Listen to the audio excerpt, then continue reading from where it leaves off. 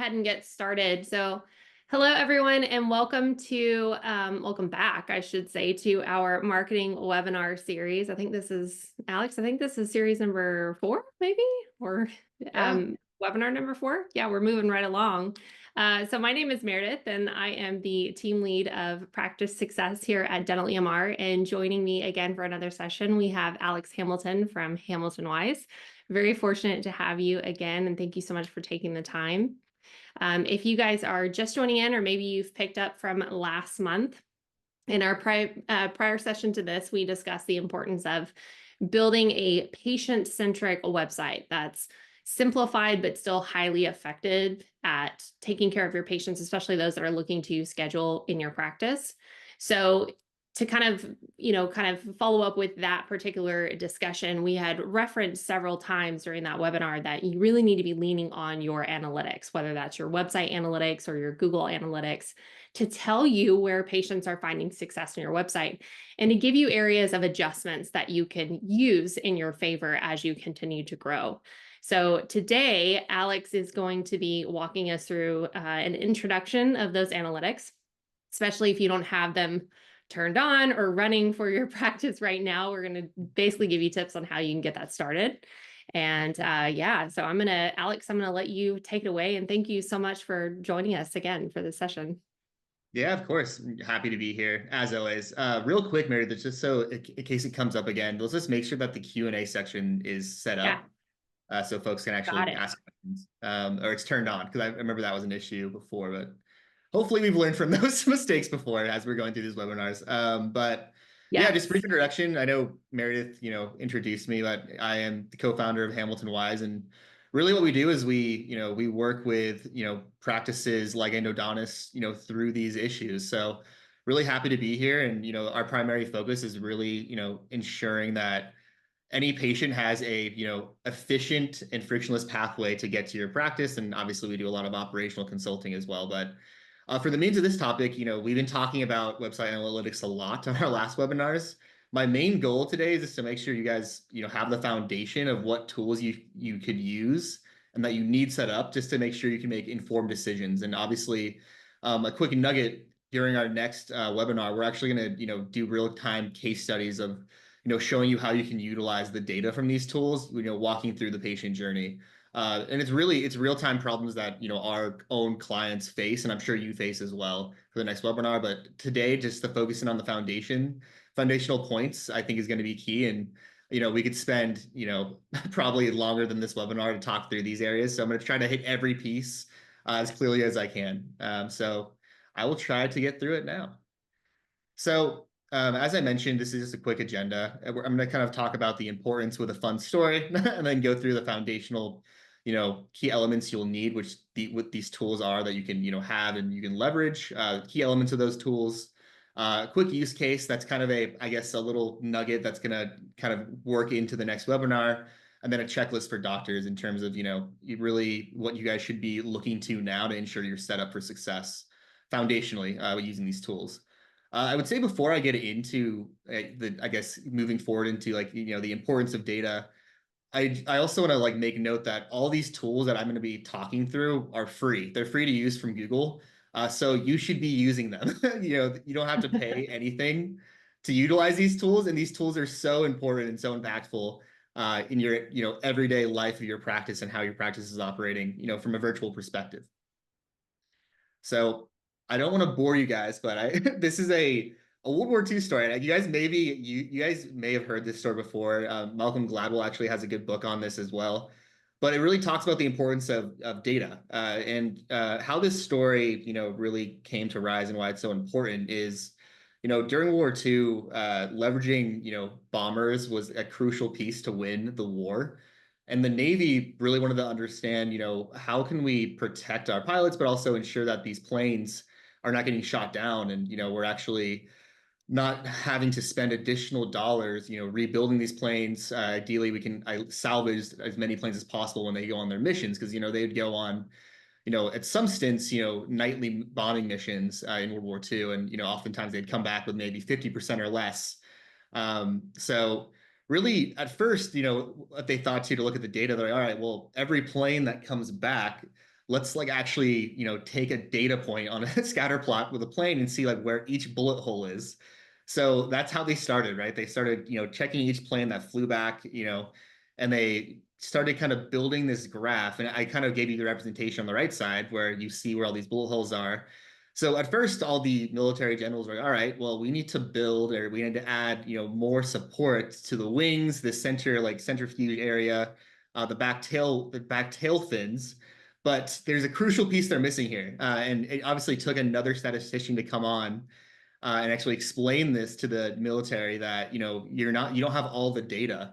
Really, what they're looking at are the planes that are surviving that still have these bullet holes, but they're not actually looking at the planes that did not survive and crashed into the ocean, or obviously crashed on land. So really, what they came to see was we actually need to put more armor on where the engines are, the cockpit where the pilots are flying, but we just don't have that data because that data is missing. And really, what this whole subject is called is it's really just selection bias. At first, they call it survivor's bias because it's the surviving planes. That's the only data you have, but it's now called selection bias to where you're only collecting data from a small subset of your sample size. So, how does this relate to endodontists? So, usually when you're in an endodontic practice, oftentimes if you don't have all the data, you're really focusing on, for an example, referrals coming in, right? But really, all you're seeing is patients that are coming in with a referral. They're actually accepting your care and they're signing off. But you're not seeing the full picture where, potentially you may be missing about 40% of those referrals just because there's a snag on your website. Perhaps the process to, send that referral to the endodontist is not working as efficiently as they need. Or oftentimes, if a, patient has multiple referrals, they're catching snags where they can't find your website, they see bad reviews. Oftentimes, when they get to your website, they can't schedule appropriately because your scheduling tool is off. So there's a lot of missing data that could really be affecting your practice that you may not be seeing because you're frankly just not utilizing the tools available to actually, visualize the full scope of your practice. Hopefully that gives you a good picture. I didn't want to get too boring with World War II, but it really it gives you a good idea of why we love to do what we're doing and why every practice needs to take in all the data to get the full picture to really understand if their practice is actually healthy or if they actually have some some areas they need to work on. When we talked about last time, right, that sometimes we talk with providers where they're just in decision deadlock. They're not sure where to start, right? They're trying a little bit of everything, but they don't have enough data or it hasn't run long enough or whatever the case may be. It feels like we're just constantly hitting a wall no matter where we go. We don't know where to start. So in this case, the analytics that we're going to go over today gives us a great starting point for saying like, okay, now we know where to focus because it really does bring our attention to the areas that are problematic, so we can be a little bit more strategic with our actionable items going forward instead of like you said with a selection bias, you don't really know where to focus, so it does make it very difficult to kind of hone in on those specific areas of improvement. Yeah, definitely. And I promise you guys, this is the only history lesson I'm going to be giving today. So get more into the data now, which will be useful. But going to the foundation. So when you think of your practice, you should think of these four key pillars. And as I mentioned, all the Google tools are free. So one we've talked about a lot already is your Google Business Profile. Believe it or not, you actually can get a lot of data for your Google Business Profile in terms of how folks are interacting with your Google Business Profile, if they're, if they're calling, if they're getting directions, if they're directly clicking to your website and more, which I'll get into. There's also Google Search Console. And, in brief, what Google Search Console is, it's really just showing you how your website is performing from a search perspective on Google. So are people able to find your website? How is it performing in terms of its position? And I'll get more into detail on another slide with Google Search Console. But basically, when you think of Google Search Console, it's really how well you're being found on Google search engine. Google Analytics, which you guys have probably heard about before, which is Google's main tool. It's now called Google Analytics 4. But really, it has all of the metrics and performance metrics you need of how your website is performing in terms of number of users, what pages folks are clicking on, which I'll get into more detail as well. And then lastly, you have your EHR and CRM data. And obviously, every practice has an EHR. I would hope that's why you're probably on this webinar. So these are all crucial tools that you really need to, make informed decisions. And, I always like to bring in the operational analytics because once you tie those into the full picture where you're gathering data not only from, your website and Google, but you're also, tying that to your operational analytics, you really can paint a full picture of, where your traffic's coming from, like where your patients are coming from. And it really helps you make more informed decisions. I'll pause there if there's any questions or if you want to add anything, Meredith. No questions yet. Guys, just a reminder, our chat is open. Our Q&A is open from what I could tell. So we should be able to, and I've got that pulled on the side, so I'll be monitoring it. So we can definitely address those as they come up. No, I think this is a great place to start. Again, if you missed last month's webinar, we talked about simplifying your website. I know that kind of an unpopular opinion is, well, everyone else is doing that. Everyone else has these same pages on their website, so I must have those same pages. And really what we're challenging here is this concept of look at your website analytics. If your analytics are telling you that patients are struggling with certain web pages or they're not visiting certain web pages, that's a great analytic to use to your favor to be able to simplify your website because you know for sure the data is showing you it's not as successful as you might think it might be. So we are really challenging this status quo of, well, everyone has all of these elements on their website. Having all those elements can cause a lot of challenges in terms of performance. It can distract patients and can cause all sorts of issues with them actually scheduling an appointment, which is our ultimate goal for your patients when it comes to them encountering your website. So that's really where we are coming from. Instead of you kind of saying, well, let's try it. Let's take off these 3 pages and see if it makes a difference. We're actually saying, let's use the analytics, see what it's telling us, and make some informed decisions to be able to modify our website in that way.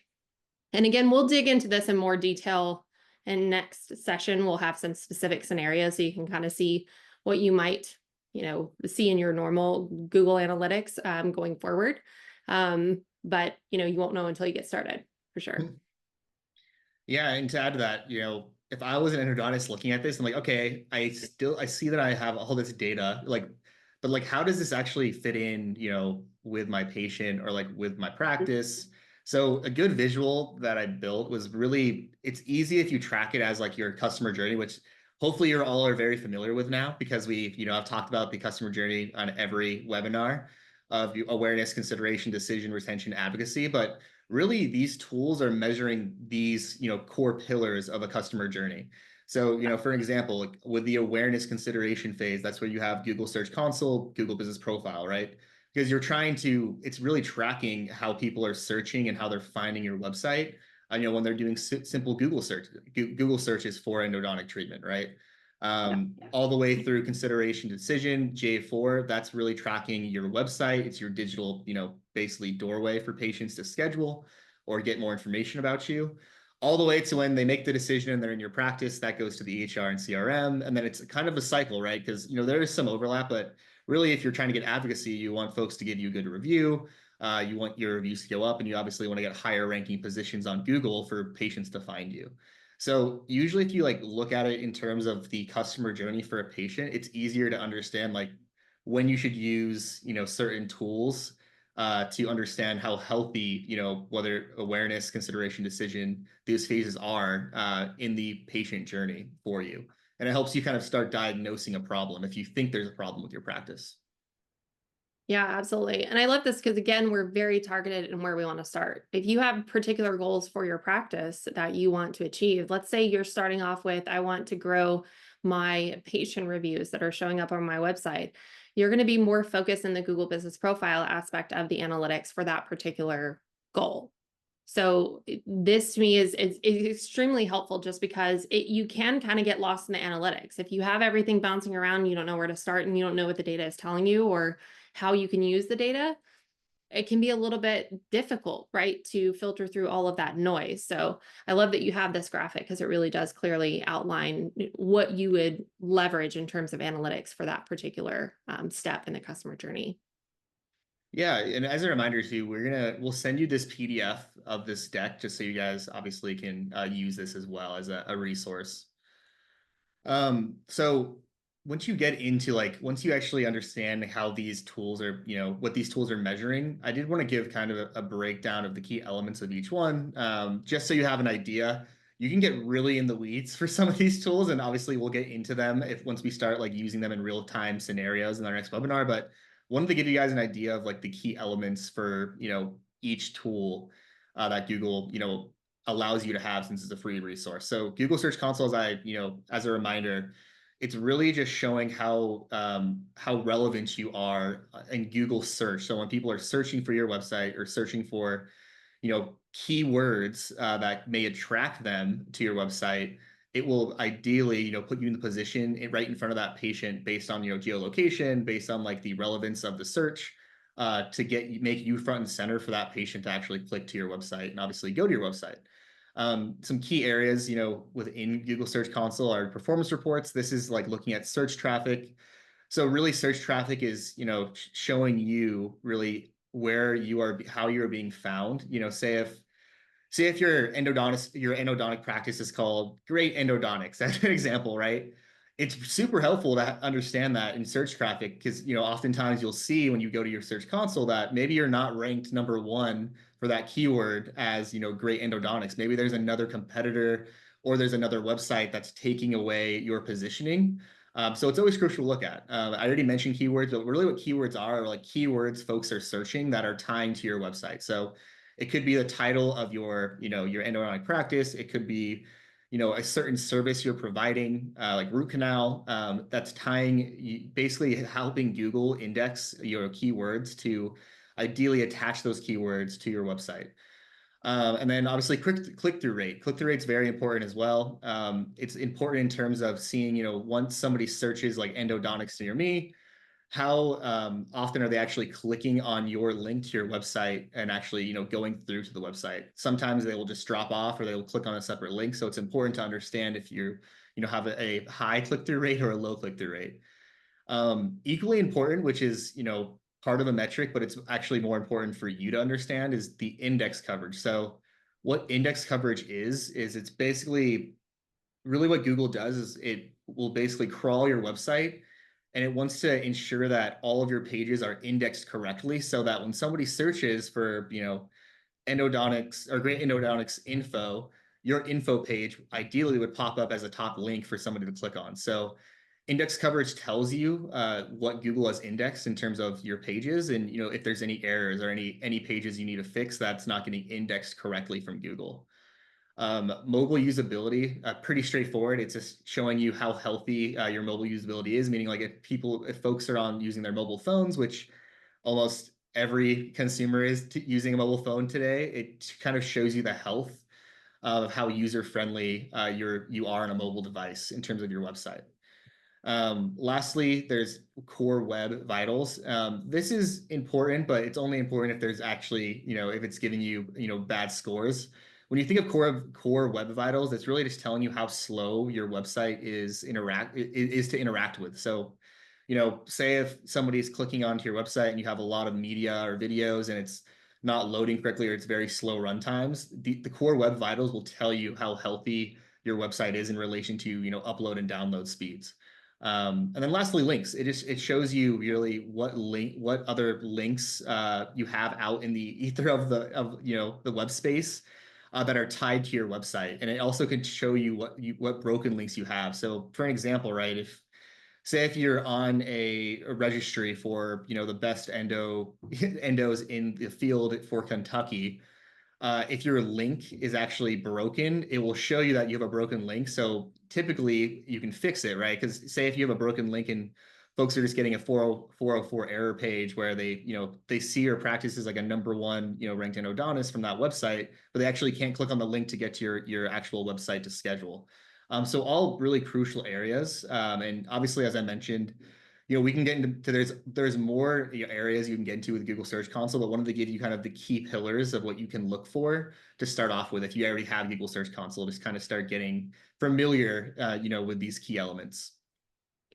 Yeah, and to add to that, one of the things about Google Search Console is if you have it set up appropriately on your email, they will actually send you a report every month. Like you'll get one in your email, which is great because it's a great summarized report. It's very easy to read.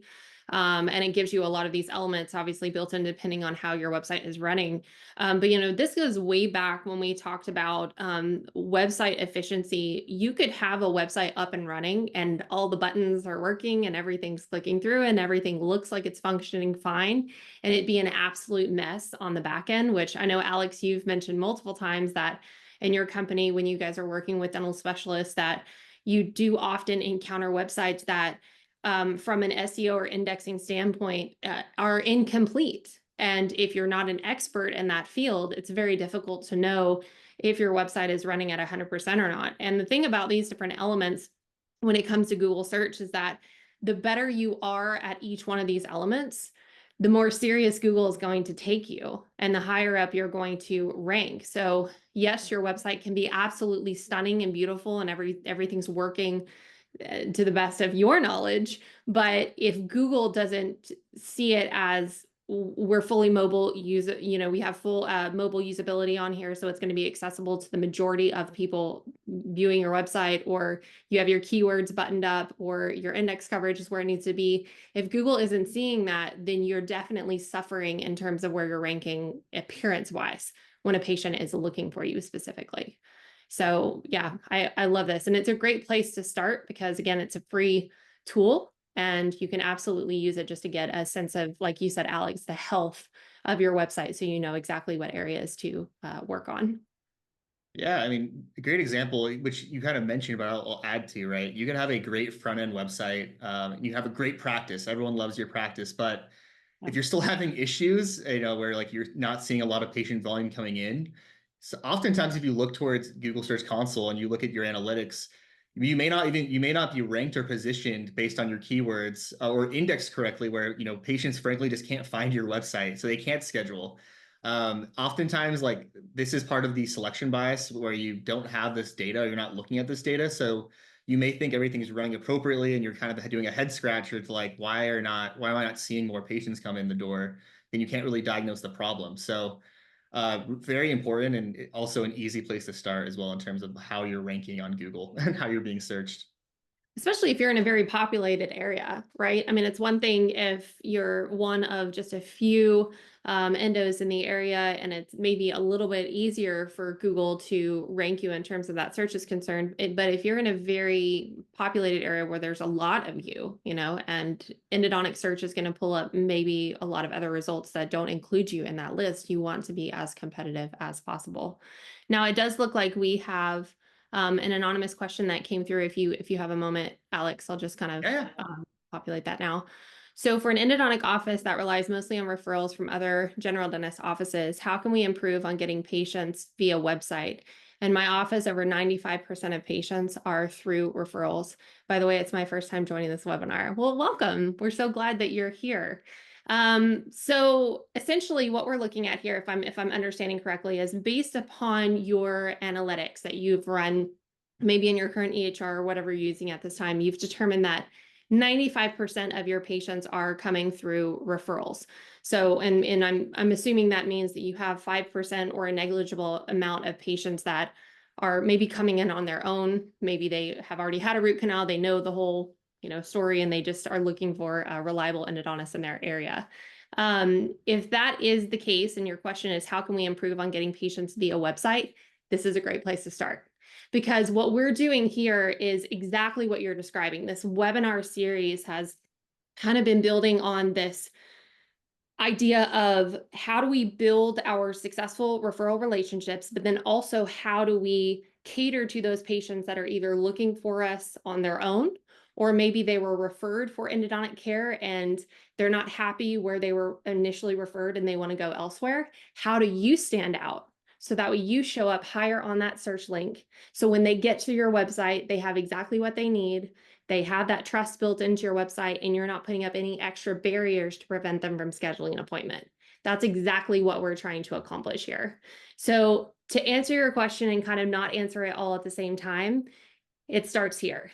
Let's start looking at your website, start running your analytics, seeing how successful your website is, because you can tackle both simplifying your website to make it patient friendly and usable, but then also making sure that Google is taking you seriously. So when patients are looking for this type of service, they're more likely to find you. Alex, would you add anything to that? Yeah, I mean, to add to it too, like oftentimes, certain patients actually get multiple referrals. They're like, oh, like these are the three top endodontists in my area, and they still need to do the search as well. So, Yeah. this is equally as important, and obviously too, even if it depends on how your referral process goes, but oftentimes, even if they just give one referral, but they say you have to go onto your website to actually fill out a form to actually, and like obviously mention the dentist that referred them. They still need to find you on Google Mhm. and then find your website and ensure that it's an efficient process.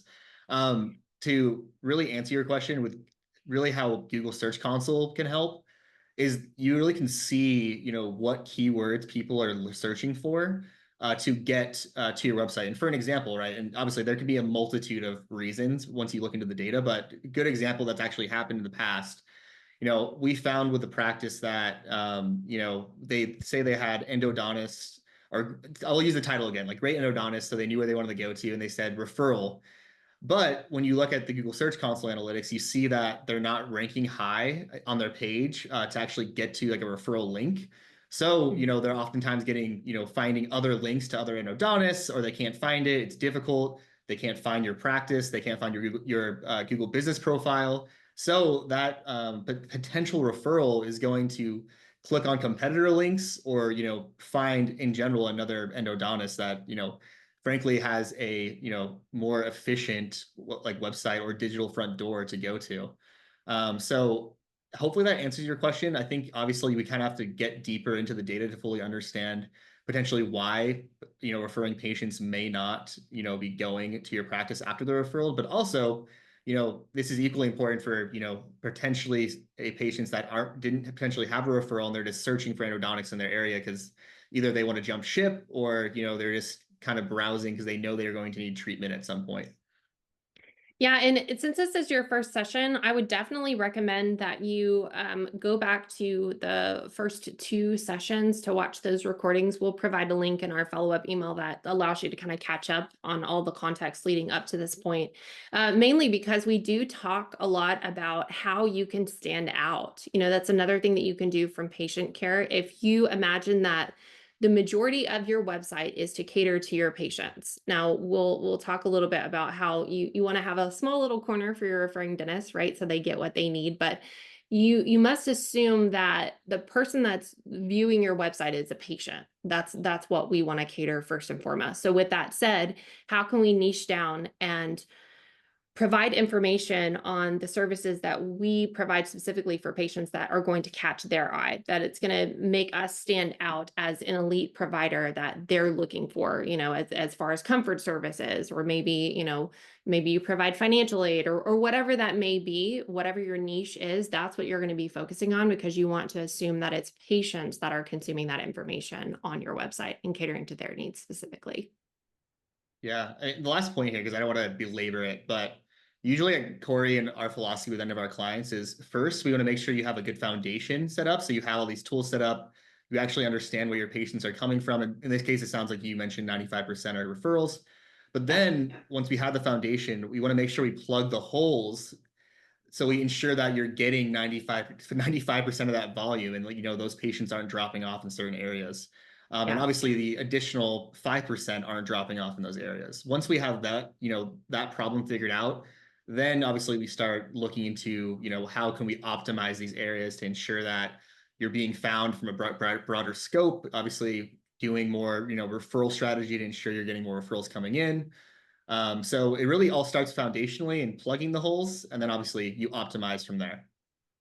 Awesome. Just want to say thank you again for asking that question because it really highlights the fact that you don't know where to start until you start with the basics. And that's exactly what we're talking about today. So if you guys have additional questions, please pop them into the Q&A because that really helps us continue to help you even more based upon your scenario.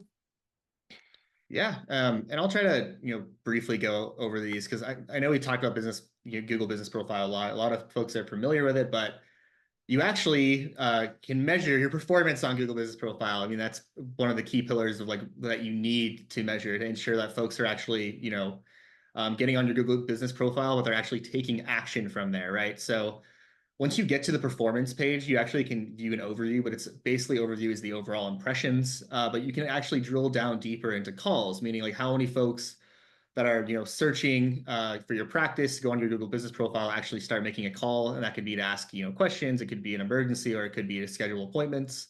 Oftentimes, endodontic practices or orthos don't usually use the messaging or booking segments on here, but if you are, you can track messages coming in and bookings coming in. And then additionally, directions and website clicks. So directions are, seeing how many folks are actually clicking on directions and getting directions to your practice. Equally important, because you want to make sure that folks actually have reliable directions to get to your practice. And then obviously most important is website clicks. So ideally, since folks are most likely either going to search on Google and find your Google Business Profile first, you want to ensure that it's converting to website clicks. So like folks, find your Google Business Profile, you have over 200 reviews, you're 5-star. Ideally, that's the best case scenario. So it enables them to say, you know what, based on the referral or in general, I heard that this practice is doing great. The reviews and the posts obviously show that. So I'm going to click on the website now to like go further and hopefully, book an appointment.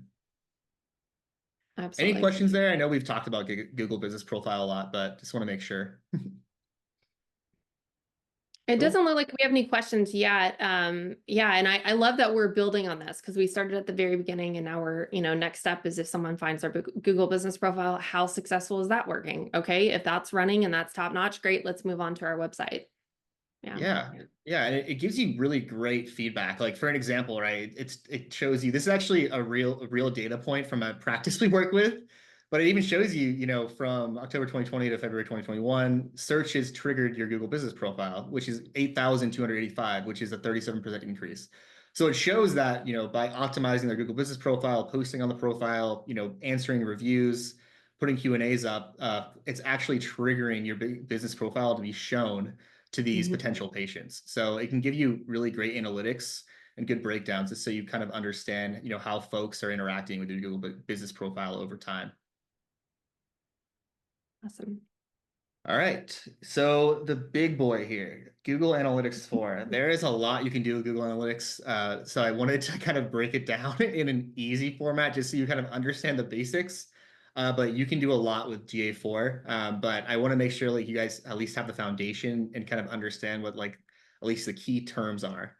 So when you go on Google Analytics, everyone usually always sees users. Users is really just the amount of people that are going onto your website. It's the website traffic. You're seeing, the total amount of users that are clicking onto your website, whether it's from Google or direct links or emails, whatever it may be, but it's showing you the total number. And when you look at these definitions, it actually kind of goes down into a funnel, and I'll explain as I go. But from users, you go to sessions. Sessions are really just a duration and time a member is clicking onto your website, and usually it's a 30-minute segment. But it's helpful because it tells you, out of the sessions, did somebody, have 3 sessions with your website? That shows that person's very interested, but why aren't they not converting? Why are they not scheduling an appointment? But it just really shows you out of the users the amount of sessions those users are having. So they could have just one session where they go on for 30 minutes, log off, or they can have multiple sessions where they keep logging on in a certain pillar of time or segment of time. When you're looking below sessions, there's engagement. And engagement really is really all the events that are going on in your website.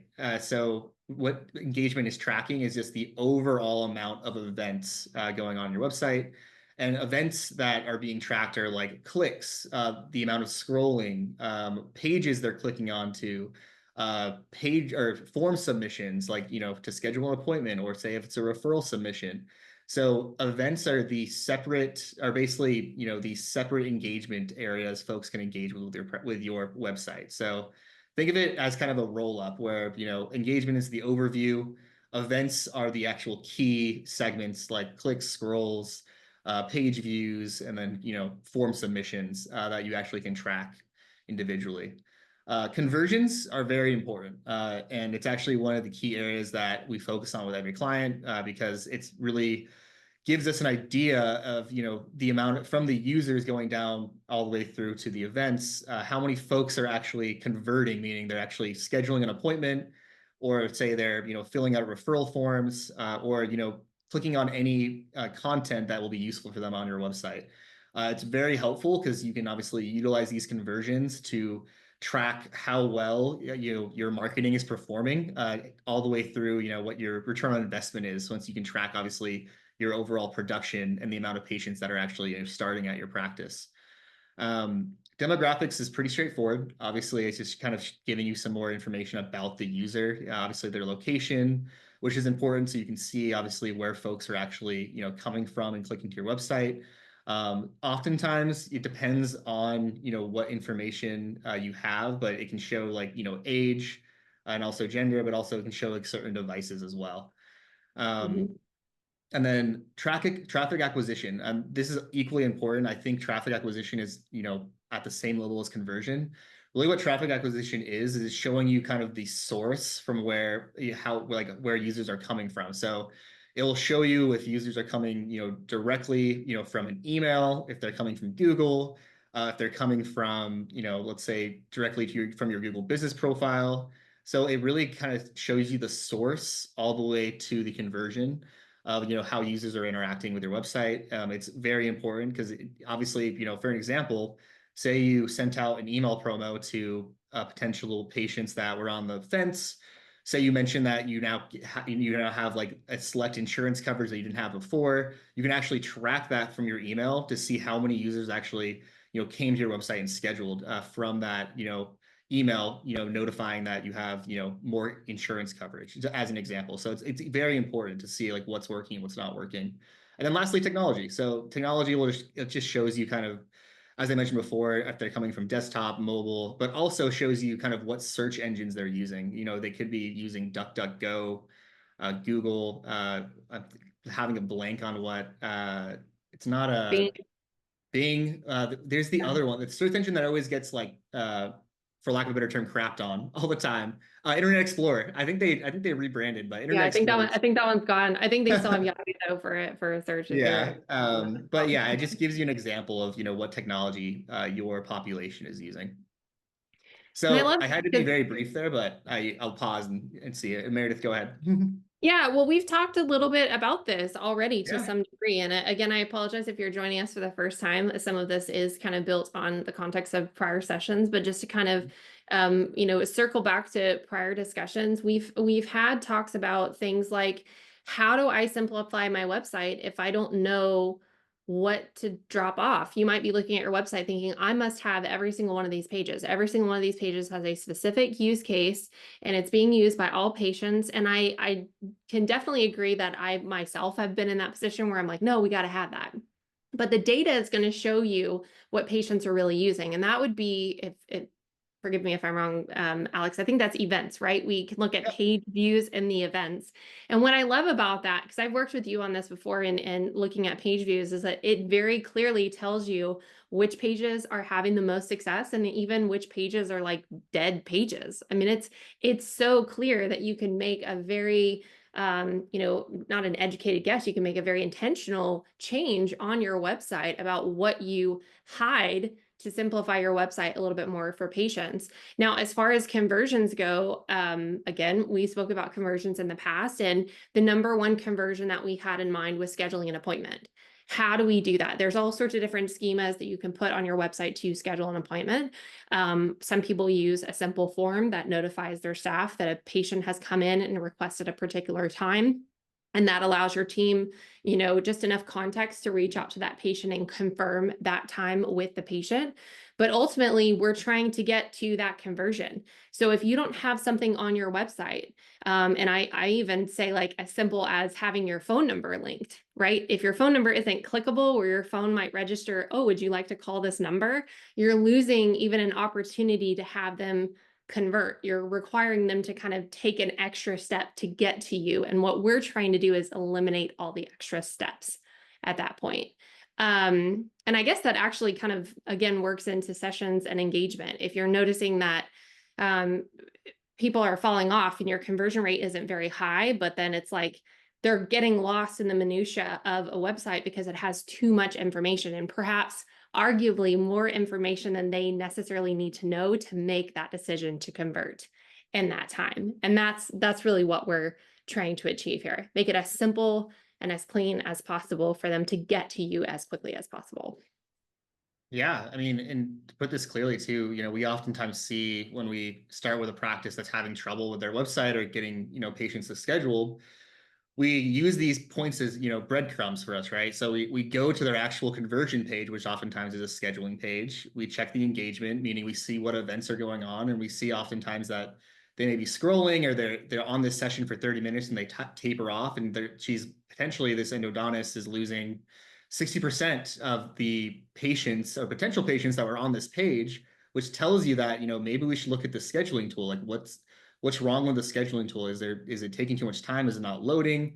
So it really puts you in the mindset of of being an investigator and like tracking down really where the roadblocks are on your website and how Yeah, you it can gives you fix. those failure points pretty easily.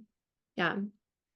Now, I will admit it's always helpful to have someone like Alex around to help decipher a lot of these things, but you have to start with the analytics. And I think we're probably going to say this a little bit later, but if you do not have your GA4 activated or even your Google Business Profile analytics ready to go and pulling this information, do it today. If you have a take-home item today, turn it on, and I think Alex, you're going to maybe even provide some instructions for how to do that. But Mhm. if you want to know how to get started today, so that way it can start to pull this data for you. You can start to see what it shows, and that's where you kind of go from there. Awesome. Cool. Well, I wanted to give, this is kind of getting into like what our next webinar would, is going to be about, which is actually real-time cases, but just wanted to give an example, and I'll be high level here, but, this actually comes up a lot where we have, a practice that we're talking with, and, in quotations, they're like, I'm not getting enough patients in my door. I think the referring area is too competitive. So automatically what Corey and I say is like, okay, well, that's a good hypothesis, but do you have the data support that? And oftentimes they're like, well, I'm only seeing anecdotally like what patients are coming in. I'm like, I feel like I'm not struggling, and my practice is, struggling where it's too competitive. But we're like, okay, well, let's go back. Let's look at your foundational data and let's go through the patient journey together and actually track down what's actually happening here. Because, you may be right. You never know. If you're right, then we'll try to focus on your, referring area and try to have a new referral strategy. But it may be, potentially your awareness where, folks just can't find you on Google. It could be, your Google Business Profile. It could be your website. So it's just very important to, start thinking about any problem you're having, kind of as a detective and going back to the foundation and then tracking that problem down. In this example, I'll be brief since, I can get very deep into this, but at first we started looking at their referral data. So we started with the EHR and we saw that, okay, it looks like you are getting, let's say 90% of your patients are coming from referrals. So let's keep tracking that number back, and it looks like your referrals are actually fine. You have a large amount of referrals coming from multiple dentists. So let's see if like you're losing any of those referrals that are coming in. So we tracked back, either looking at her email links or potential links you provided to these dentists, where there's usually two processes, right? Where there's an official process where that dentist can actually go through the formal referral process, ideally through a page on your website. But there's also the process where oftentimes the dentist just gives your a business card and tells the patient to find your website online, and then obviously schedule that way or make a call. So through going through, tracking up the ladder to see kind of how these referrals are coming in, we found that, oh, well, all the referrals that are coming in where they actually have to try to find your website, they can't find your website. And it's based on Google Search Console data that we found that you're not ranking high for your actual practice name. You're not utilizing the right keywords. You're not promoting yourself well on your Google Business Profile. So you can't even be found by an easy referral that actually would be a starting patient, because your website's not indexed correctly, right? Or you have negative reviews or not enough reviews where a patient's really kind of falling off and finding an additional resource or an additional endodontist. So wanted to give you kind of a breakdown of like how we look at a problem, and we kind of source that through the data and move up the chain. And then below here are just like some typical questions you can ask yourself when you are looking at your own data and or looking at your own problems, which I won't go through since there's a number of them, but just helps you kind of get the wheels turning in terms of, what you can be looking for in these tools. Yeah, again, we're gonna provide this deck PDF so that way if you want to come back to these questions so you can reference them later, you absolutely can. I think the gut instinct is to feel a little bit worried about this, right? And Oh that's yeah.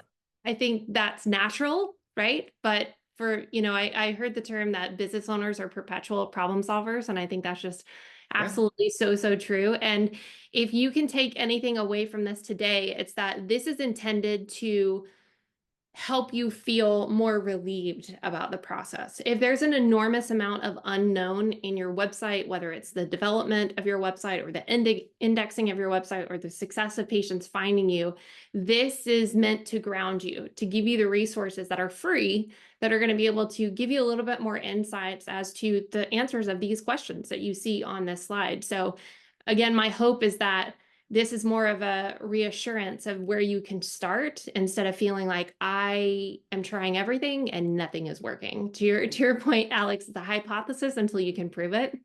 So why don't we just start with what we know? And this is definitely a great way that you can start there and start to get some answers so you can make some decisions. Yeah, yeah. I mean, and oftentimes it really can make your practice more efficient, right? Because we've had some practices where they thought, their website was working well and their scheduling tools working well, they're being found. But what Yeah. we found was, it actually came from once we tracked it back to negative reviews, that majority of their patients were actually trying to call the practice and they had such an influx of calls. Folks were either just like giving up and finding other practices, or they would leave Yeah. a bad review, which actually helped. It was the nugget or the clue we needed to understand that, oh, it looks like we actually need to build a better scheduling tool and like redirect a lot of this volume to the website to Right. schedule. So obviously it'll give your front desk team more time back, and obviously it make you run more efficiently. So there's a lot of benefits to this, and we'll get into that on our next webinar. And it's always great to ask questions. You're always going to find answers and know kind of where to go when you ask the appropriate questions. These are obviously the questions that are geared towards these specific analytical pieces here, but we've said this multiple times in our previous webinars.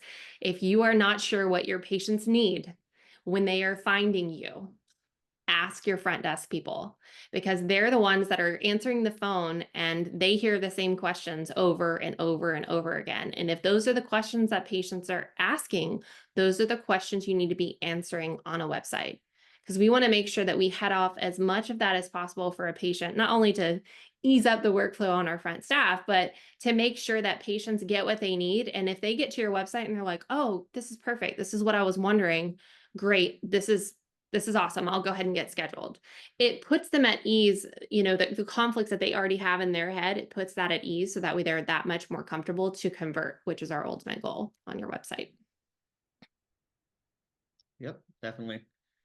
Well, getting to like a checklist for doctors. So, again, we're going to share this with you so you don't have to memorize this. But the key point here really is ensure that you have the foundation set up. So make sure that you have Google Analytics and you have it set up and it's installed. Make sure you have Google Search Console and obviously your website is verified through that. Make sure you have Google Business Profile set up. I hope the folks that actually have been on the webinars actually have that set up already since we've talked about it a lot. But if you have these set up already, just make sure like there's key points you can look at immediately to make sure that you're at least up and running correctly, right? Making sure that you have the GA4 tracking code installed in all your pages on your website. You can easily check this, on GA4, but obviously you can also ask your agency if they're running your website for you, define your key conversion events. Oftentimes we see this a lot because it's actually something we have to change with our clients, including, Meredith, we've had to change these conversion events where oftentimes events may not be tracked correctly. And you want to make sure you are, tracking each event, at, the correct level. So, like how many folks are coming from emails versus, Google Business Profile versus a blog, whatever it may be.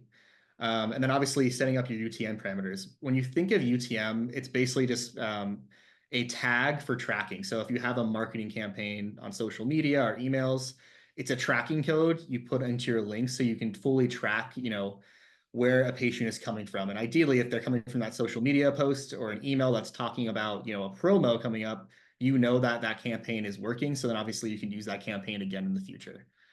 Yeah. Um, Going towards Google Search Console, some other key areas, and this is very important, just making sure your website is verified on Google Search Console is very important. And also submitting your XML sitemap.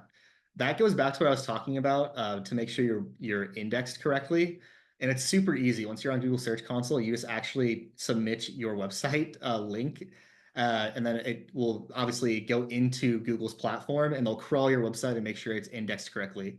Why that's important, if you haven't done that, basically when folks are searching and you don't have an index website, Google actually can't find those pages or your website to provide to potential patients that are searching, for endodontic treatment.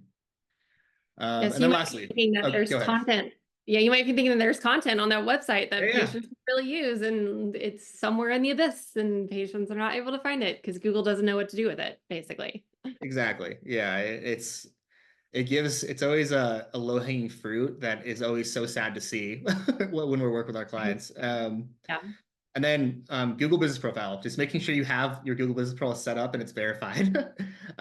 You'd be surprised. Sometimes, we've worked with clients that think they're running great. They claim they have 4 locations up, but in reality, they only have 1 location on Google Business Profile, and oftentimes they have 2 other Google Business Profiles where it's just showing the doctor's name because Google didn't have anything else to reference. So it's really important to make sure you have an accurate Google Business Profile that's verified. Um, Really, with all these too, and a free giveaway that Corey and I will do, because I know this is a lot of information and it can feel overwhelming. You guys can easily just email myself or Corey and let us know you want to get on a quick call, and we will walk through all this with you, and we'll make sure you have everything set up. And it's free. It's a free call. We just want to make sure anyone that is on this webinar, has the tools ready and set up for them. So obviously they're good to go. So if you do have any questions about this, which I'm sure a lot of you do, feel free just to email me, and Meredith will provide my email, and we'll set up a quick 30-minute call, or obviously take as long as we need to make sure you guys understand where you're at on the foundation to ensure you actually have these tools. And if you don't, we'll walk you through how to set them up. Yeah, and this is one of the reasons why we didn't want to get too far into the weeds. It can already feel like we're in the weeds to some degree, Yeah. right? Because there's so many different tools that you can use and they all provide different purposes. But ultimately, we didn't want to really get into specific use cases for these analytics until we had confidence that you yourself had an opportunity to turn them on. And what a great time to do that. I mean, our next webinar is going to be November 8th. It's a month from now. You can go ahead and get these turned on or schedule a time with Corey and Alex to figure out how to get that set up, just in case you have any questions about it. And then let it run for 30 solid days so that way you have some really decent data to start off with. Like I said, I know you may not be a true believer yet, but I promise you it is highly reassuring to have some sort of data that points you in the right direction. Even if it feels kind of overwhelming at first, it's always great to have a starting point. And that's really where we're encouraging you to begin this process if you don't have these analytics turned on and in your favor already. Yeah, I mean, and I actually finished on good timing, surprisingly. Finishing But time, look wanted at to you. leave additional time for questions, and obviously, hopefully, we can answer them. If you guys have any additional questions, feel free to ask. Yeah, I don't see anything yet in the chat or in the QA yet. Please feel free to drop your questions there. Just as we're kind of waiting in case there are some that are typing their questions. Keep in mind, in a follow-up email, you will get this slide deck. You'll also get contact information if you want to reach out to Alex or Corey to schedule that consult and just talk with them a little bit further. We'll also have a link to join next session's webinar. Am I even saying that right? Next webinar session. I shouldn't say that backwards. As well as today's recording. We try and include the recordings from the sessions prior, just in case you want to jump in. I know some of you are kind of flip-flopping just depending on your availability. So if you want to get caught up on those webinar recordings, we try to make them available since these do kind of build on one another. And you'll have that in your inbox once we're done. Doesn't look like we have any questions coming through yet. So we'll give it just a couple more minutes before we hop off. But again, we super appreciate you guys taking your time today to join us. And thank you so much for the anonymous attendee that dropped the question earlier today, that was a really fantastic example. And to be honest with you, I think that's the majority of endo scenarios that we run into. You do have a vast majority of your patients are coming through via referral. So we are trying to open up the opportunity that might be lost for those patients that could find you on their own, and making sure you have that added revenue coming in on a regular basis. Yeah, I mean, thank you, guys. Thank you, everyone. And again, you guys can always reach out to me if you have any questions and obviously need help with any of this. And yeah, I mean, I think appreciate that question because, oftentimes, even though you're getting 95% of your traffic from referrals, if you actually aren't having data, you don't have the right data to track it, you could see that potentially out of all the referrals you're getting, that 95% you're seeing, there you potentially have an additional volume of referring patients that just frankly can't, schedule with your practice for a multitude of reasons that we talked about. So it's always important to understand your data and understand, how patients are interacting with your practice from not only the practice operations perspective, but also your website perspective. So